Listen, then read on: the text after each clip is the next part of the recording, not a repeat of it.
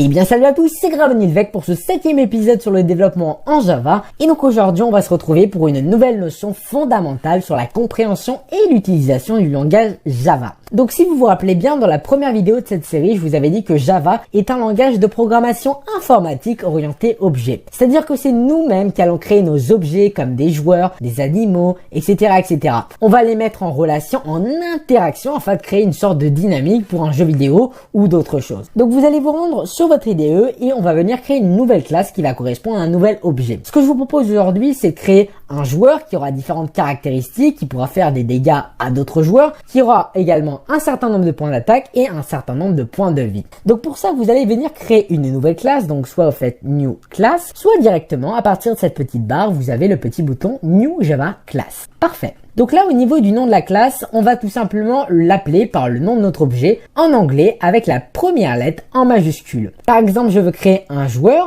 je vais mettre du coup player avec la première lettre en majuscule. C'est très important de respecter ces conventions puisque si vous le mettez en français comme Java est un langage anglophone, du coup ça va pas être cohérent, et la première lettre en majuscule pour bien respecter ces conventions. Une fois que vous avez fait ça, vous faites un petit finish et là, ça va générer la classe. Maintenant, voyons un peu comment la construire. Tout d'abord, vous allez mettre ce qu'on appelle des attributs. C'est ce qui va permettre de caractériser notre objet. Par exemple, je vous ai dit que joueur, il va avoir 2 ou 3 caractéristiques. Par exemple, un certain nombre de points d'attaque, un certain nombre de points de vie et pourquoi pas un nom. Ça peut être intéressant. Donc, je vais lui créer ces 3 caractéristiques. Comme ils seront privés puisqu'elles seront dans la classe en question, on va les mettre en private. Donc, vous allez faire un petit private string name pour mettre le nom du joueur. Et je vais mettre par exemple que c'est égal à Gravenilvec. Vous mettez un point virgule, on passe au deuxième attribut. Private double, là ce sera la vie. Comme c'est un nombre à virgule, c'est un double et non pas un entier. Et là, par exemple, je vais mettre 20 points de vie. Ensuite, troisième et dernier attribut, ce sera son point d'attaque.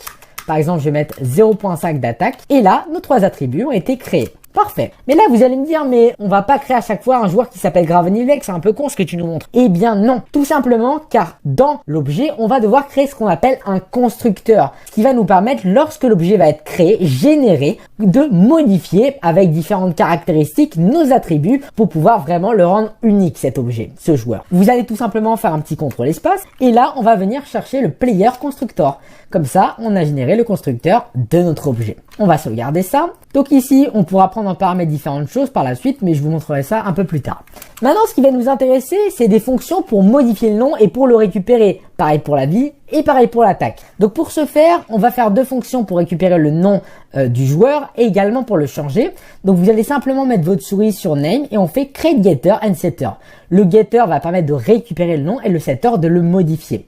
Donc on va faire ça, vous faites OK et là regardez, ça va le générer tout simplement, aucun code à écrire. Pareil pour la vie, else. Donc là, je vais mettre create getter and setter. Et enfin, le dernier, ce sera l'attaque. Super. Donc là, je viens de générer mon objet avec des fonctions qui sont par défaut, des méthodes, attention. Donc maintenant qu'on a fait ça, on va faire le premier test pour déjà générer cet objet. Et du coup, on va avoir le problème du constructeur qui est vide finalement. Donc vous allez vous rendre dans la classe principale. On va supprimer un petit peu tout ce code. Et ce que je vous propose, c'est de créer un premier joueur. Donc pour créer un joueur, c'est très simple. Vous allez commencer par créer une variable qui va s'appeler player1 par exemple. Donc on va faire player puisque c'est notre type d'objet. On va l'appeler player1 pour le premier joueur. Et pour le construire ce joueur, pour l'appeler, pour le générer, vous allez faire une instance de la classe joueur. C'est quoi une instance? C'est ce qui va permettre d'appeler le constructeur, de le générer. Donc vous allez faire un new pour créer une nouvelle instance de player et on va ouvrir les parenthèses, les fermer et mettre le point virgule et là je viens de créer une nouvelle instance de la classe joueur. Parfait. Donc si j'affiche par exemple dans la console le nombre de points de vie de ce joueur, je vais tout simplement faire player1.getHealth. Comme c'est un double, je peux pas,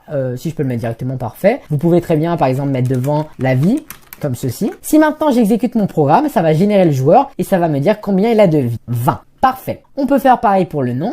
Player1.getName.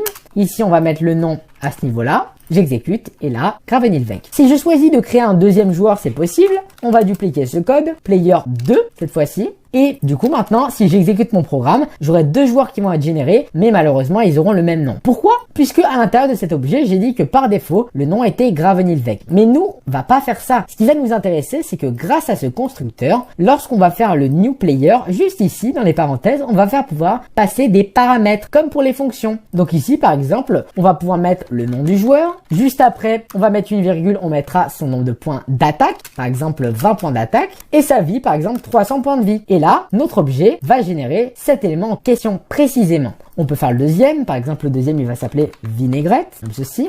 On va lui mettre 30 points de vie et seulement 30 points d'attaque et seulement 150 points de vie. Parfait. Mais là, on a un problème, c'est que notre constructeur n'est pas encore prêt pour ça puisqu'il va falloir passer tout ça en paramètres. Alors, je vais mettre ici des petits points 0 puisque ce sont des doubles, comme ceci. Vous allez rajouter ça rapidement et on va venir changer, modifier notre constructeur pour qu'il puisse accepter les éléments que je veux lui faire passer en paramètres. Donc, vous faites change constructor player add parameter string double.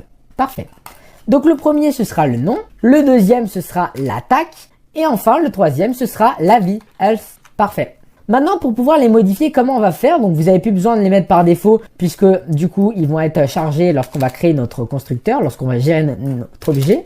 Hop, on va supprimer ça. Et pour leur faire changer leur valeur, on va tout simplement les récupérer un par un. Donc pour récupérer le premier, on va dire ici vis pour cibler l'objet courant. Donc comme je me retrouve dans l'objet player, il va cibler player, celui-ci. Et on va faire .name.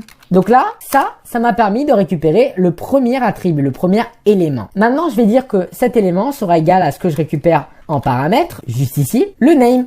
Pareil pour le attaque, vis.attaque sera égal à attaque. Comme ça, je récupère ce que j'ai pris dans mon constructeur pour pouvoir le charger au niveau de mon objet. Et enfin, vis.else égale else.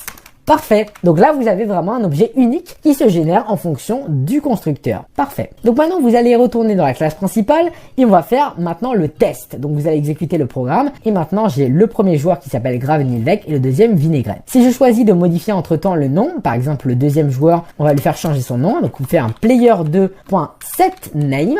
Je vais l'appeler test comme ceci. On va exécuter et comme la valeur a changé, du coup, le nom aussi. Super. Donc vous voyez, c'est vraiment très simple et ce système est très important à comprendre. Ce que je vais faire maintenant, c'est ajouter dans mon petit player une méthode qui va permettre de soustraire, d'enlever les points de vie d'un joueur pour pouvoir faire un petit combat à la fin. Donc ici, vous allez faire un public void damage qui va prendre en paramètre le nombre de dégâts qu'on va lui faire subir à ce joueur. Et là, on va dire que vis.else, donc la vie, va être soustraite. Donc on va lui retirer de la vie. Donc on va faire tout simplement un petit égal moins.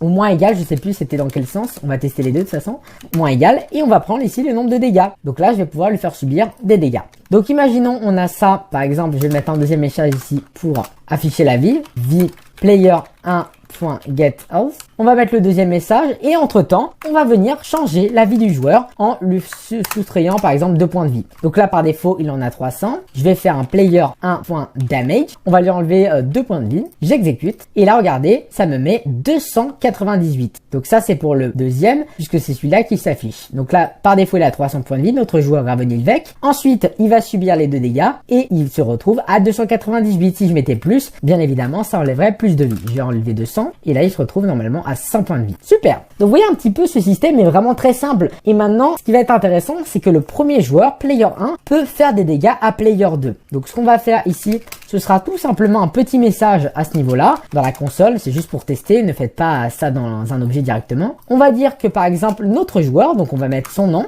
vient de subir.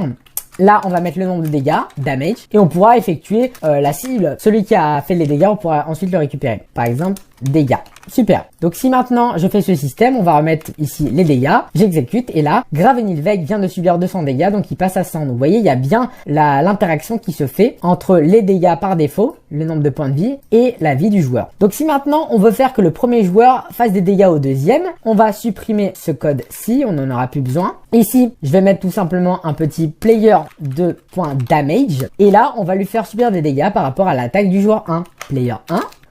.getAttaque et je peux aussi modifier son attaque, c'est aussi possible. Vous faites un petit player1.setAttaque et par exemple je vais lui mettre, je sais pas, 30 d'attaque, pourquoi pas. Donc là par défaut il en a 20, là il en a 30. Donc si maintenant j'exécute, vous allez voir ce que ça fait. Test vient de subir 30 dégâts et du coup à ce niveau là ça fonctionne parfaitement. Donc voilà un petit peu ce que je voulais vous montrer aujourd'hui. Vous voyez, c'est vraiment quelque chose de très simple. N'hésitez pas à vous entraîner avec le quiz qui sera en description comme à chaque fois. En tout cas, j'espère que cette vidéo vous aura plu. Si c'est le cas, n'hésitez pas à la liker, à la commenter, à vous abonner à la chaîne. C'était Gravenilvec. Ciao à tous, à la prochaine. Hey, hey.